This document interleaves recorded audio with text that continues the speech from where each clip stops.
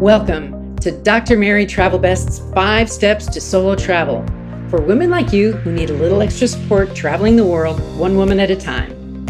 I've been traveling solo and independently since 1972. Please share this podcast. In this episode, the FAQ is, need services for handicapped? Where can you go for information? Today's destination is Monarch Dunes and Paso Robles Wineries.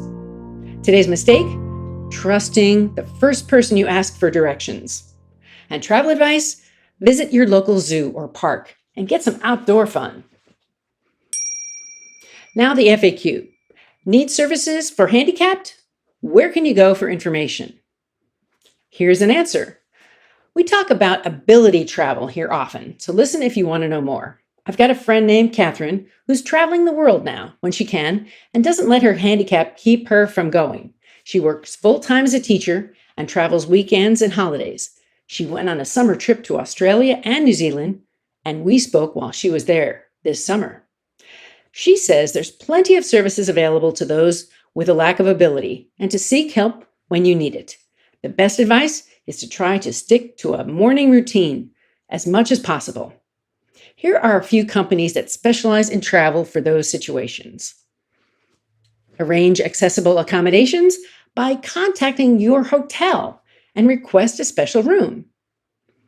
Arrange assistance while flying and try to get special accommodations.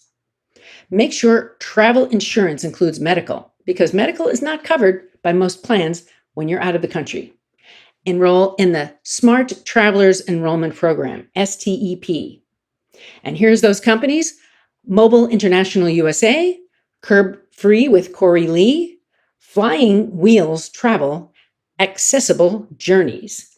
And then, of course, Open Doors Organization helps people with travel challenges. The show notes has more information.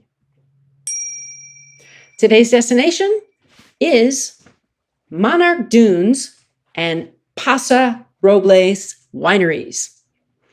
So Monarch is a butterfly that was well known in this farming area of Nipomo, California, and inspired a development of 1,200 homes surrounded by beautiful beaches and farming and agriculture. Many people travel to Nipomo for golf experiences. There's a community of homes built by Shea Homes that could double for a land-based cruise ship, except it's not. It's a community that kind of pops out of nowhere of single-family homes.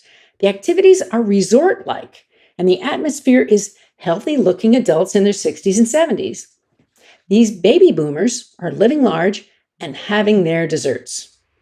Many drive Teslas. Many have 3-car garages. Some are on the golf course, and others on the vineyard facing the ocean. The breeze is nice here, but the blowing sand in their front yards can get old fast. There's a ton of sand to sweep.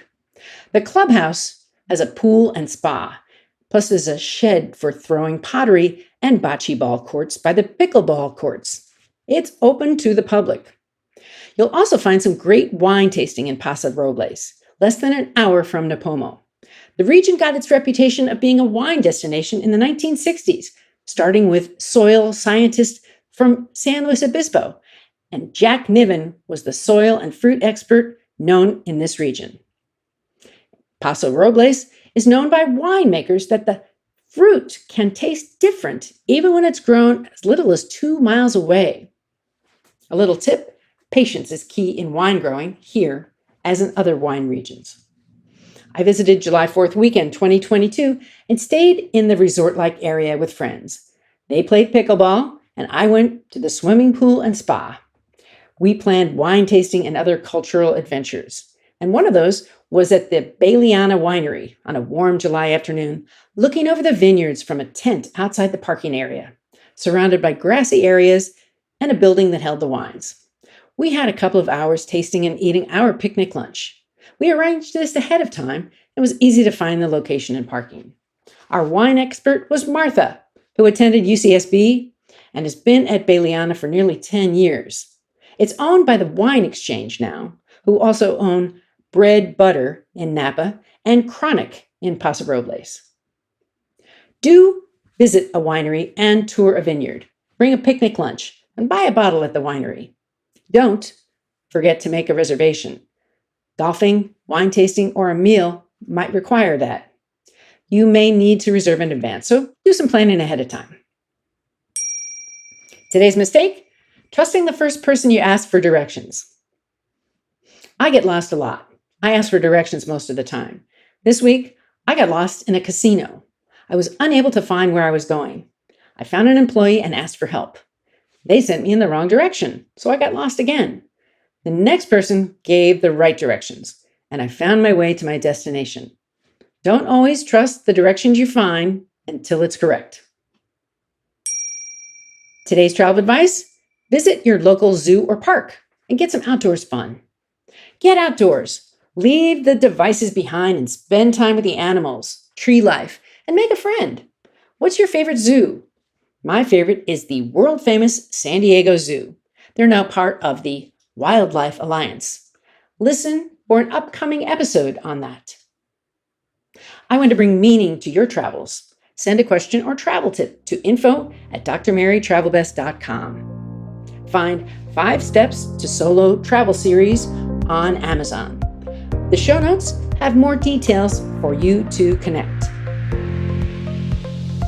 What's on your travel bucket list?